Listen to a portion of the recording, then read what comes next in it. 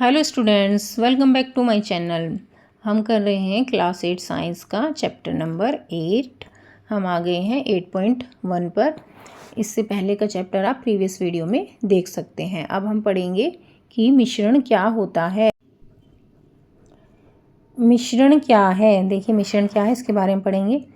क्या आपने कभी सोचा है कि आपके पोहे को इतना स्वादिष्ट क्या बनाता है। अब देखिए हमने पोहा बनाना है तो हमने पोहे को धोआ और ऐसे उसमें नमक डाला, तो क्या वो आपको स्वादिष्ट लगेगा? नहीं, स्वादिष्ट नहीं लगेगा। तो हम क्या करते हैं, उसमें कई चीज़ें मिलाते हैं। चित्र 1.1 देखिए, 8.1 में ये पोहे का दिखाया गया है। क्या उत्तम अंकुरित सलाद कैसे बनाया जाता है। और एक जो अंकुरित है, जैसे हमने मूंग दाल डाल लिया और चना डाल लिया, उसको हम अंकुरित करके एक सलाद कैसे बना सकते हैं। यद्यपि ये व्यंजन बहुत भिन्न लग सकते हैं, परंतु इनमें एक समानता है। ये अलग अलग तरह की चीज़ें हैं, लेकिन फिर भी इनमें एक समानता है। क्या समानता है वो? ये दोनों अनेक सामग्रियों को मिश्रित कर बनाए जाते हैं। अब देखिए पोहा है, उसमें सिर्फ एक ही चीज़ें नहीं डालते हम। नींबू डालते हैं, मिर्ची, वेजिटेबल्स डालते हैं, पोहा डालते हैं, धनिया डालते हैं। तो ये सारी चीज़ें अलग अलग हैं।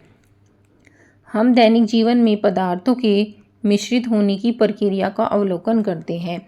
डेली लाइफ में हम देखते हैं कुछ कुछ चीज़ें हम मिक्स करके खाते हैं, जैसे दाल और चावल। जल में घुली हुई चीनी भी एक मिश्रण है, तथा इसी प्रकार से सूप और शिकंजी भी। देखिए हमने जल में चीनी घोल दी और हम सूप पीते हैं, शिकंजी पीते हैं, ये भी सभी एक मिश्रण के उदाहरण हैं। तो मिश्रण क्या होता है? जब दो या दो से अधिक पदार्थों को मिश्रित किया जाता है और जहां प्रत्येक पदार्थ अपने गुणधर्मों को बनाए रखता है, तब वह मिश्रण कहलाता है। देखिए इस मिश्रण की क्या डेफिनेशन होती है। जब दो या दो से अधिक पदार्थ, कोई दो पदार्थ ले लिए, मतलब कम से कम दो तो होने ही चाहिए, दो से अधिक भी हो सकते हैं, उनको मिश्रित किया जाता है और जहाँ प्रत्येक पदार्थ अपने गुणधर्मों को बनाए रखता है। और मान लिया जो मिश्रण हमारा बन गया, तो वही चीनी तो चीनी मीठी रहेगी, ठीक है, तो उसका क्या है, गुणधर्म सेम रहा है, तो उसको मिश्रण कहते हैं। इस तरह आपको पता चल गया कि मिश्रण क्या होता है, कि दो चीज़ों को बनाते हैं और जो उनकी गुणधर्म है। गुणधर्म से क्या मतलब है यहाँ पर, कि जैसे चीनी का स्वाद मीठा है तो वो उसमें शिकंजी में भी मीठी ही लगेगी, उसका यह गुणधर्म है और वो सेम रहता है मिश्रण बनने के बाद भी।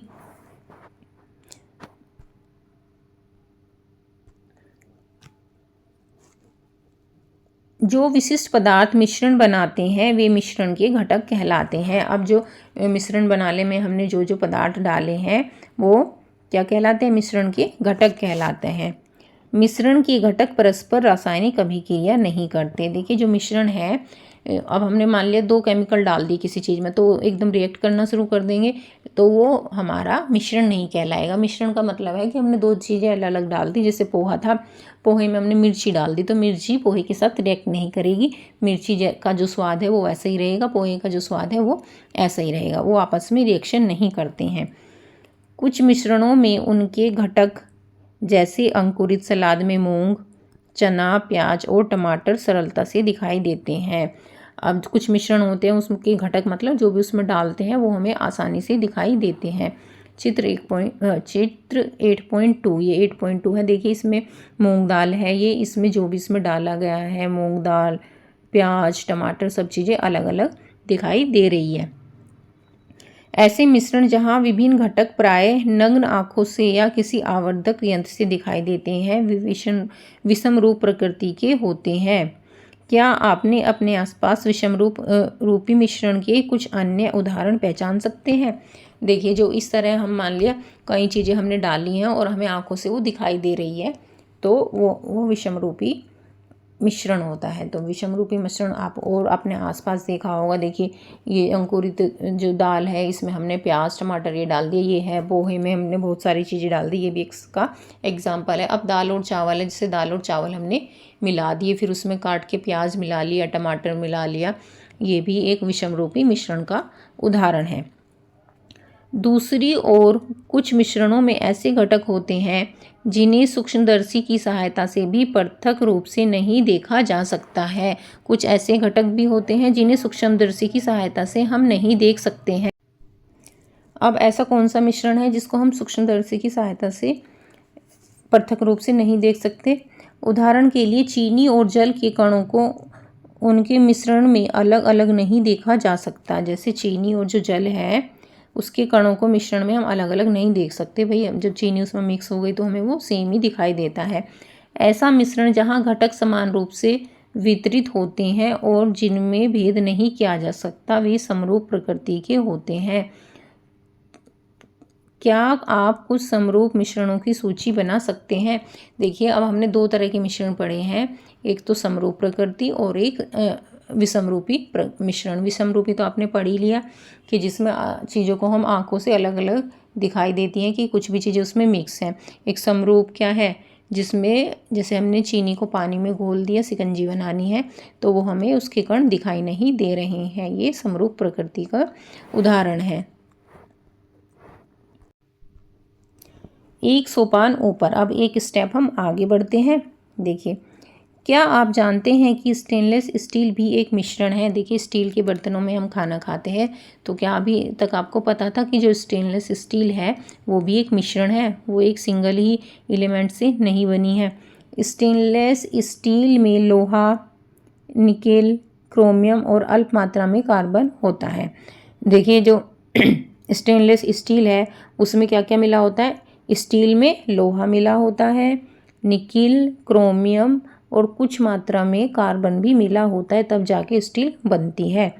ये इतनी एकरूपता से मिश्रित होते हैं कि पूरा मिश्रण सर्वत्र एक जैसा दिखाई देता है और कोई इनके पदार्थों को अलग अलग नहीं देख सकता। देखिए, इसका कैसा मिश्रण रहता है कि वो बिल्कुल हमें सेम टू सेम लगता है कि इसमें कुछ भी नहीं मिला हुआ देखने में।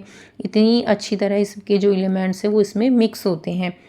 ऐसे मिश्रणों को मिश्र धातु कहते हैं। आप देखिए, जिसमें कई चीज़ें मिलाई जाती हैं उसको मिश्र धातु कहते हैं।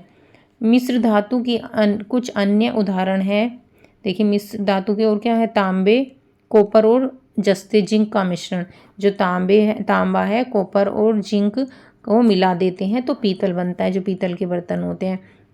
तथा तांबे, कॉपर और टीन का मिश्रण कांसा कहलाता है, और जो तांबे और टीन का मिश्रण है उसको कांसा कहते हैं। देखिए, जो ये ज़्यादा ये वाला तो हमारा क्या है? ये तांबा है और ये हमारा ये पीतल है। सॉरी, ये वाला पीले वाला हमारा पीतल है और ये हमारा तांबा है और ये हमारी स्टील के बर्तन हैं। हमारी वैज्ञानिक परंपरा। मिश्र लोह दो या दो से अधिक धातुओं के मिश्रण को दिया जाने वाला नाम था। देखिए, जो मिश्र लोह था, मिश्र लोह मतलब मिश्रित लोहा, दो या दो से अधिक धातुओं का जो मिश्रण था उसका नाम था ये, जिसके गुणधर्म इसके घटक धातुओं के गुणधर्मों से भिन्न होते हैं। देखिए, जो मिश्र लोह है, जो इसमें हमने एलिमेंट्स मिला दिए हैं, जो उनका एलिमेंट्स का जो पहले गुण था अब उनका गुण उससे अलग होता है। प्राचीन भारतीय ग्रंथ जैसे चरक संहिता, सुश्रुत संहिता, रत्न समुच्चय, रस जल निधि आदि औषधीय प्रयोजनों के लिए मिश्र धातुओं के उपयोग का उल्लेख करते हैं। देखिए, जो हमारी जो पहले क्या थी, चिकित्सा थी, हमारी जो भी डॉक्टर वगैरह थे वो चरक संहिता से पढ़कर ही पहले इलाज करते थे। एक सुश्रुत संहिता, रस रत्न समुच्चय, रस जल निधि आदि औषधीय प्रयोजनों के लिए भी मिश्र धातु का उपयोग करते थे। कैसे उपयोग करते थे कि कोई हमने औषधि बनाई है और उसको हमने मिश्र धातु के बर्तन में रख दिया है तो उसमें भी उसका असर आ गया है और वो रोग को ठीक करने के लिए सुटेबल हो गई है। उदाहरण के लिए कांसा, कांस्य, कांस्य को कांस्य बोलती है। तांबा, ताम्र, तांबे को ताम्र भी बोलते हैं, और 4 भाग। और टीन, वंग, टीन को वंग बोलते हैं, 1 भाग। तो उसको बनाने के लिए क्या करते हैं? तांबा हम 4 भाग लेते हैं और टीन 1 भाग लेते हैं, से बनी एक मिश्र धातु है। तो फिर क्या बन जाती है? ये एक मिश्र धातु बन जाती है, जिसका उपयोग पाचन को सुधारने और प्रतिरक्षा वर्धन के लिए किया जाता है। अब इसका किस लिए किया जाता है उपयोग? मिश्र धातु का पाचन को सुधारने और प्रतिरक्षा वर्धन, प्रतिरक्षा मतलब जो हमारी एंटीबॉडी होती है हमारे शरीर में, उसको बनाने के लिए किया जाता है इसका प्रयोग।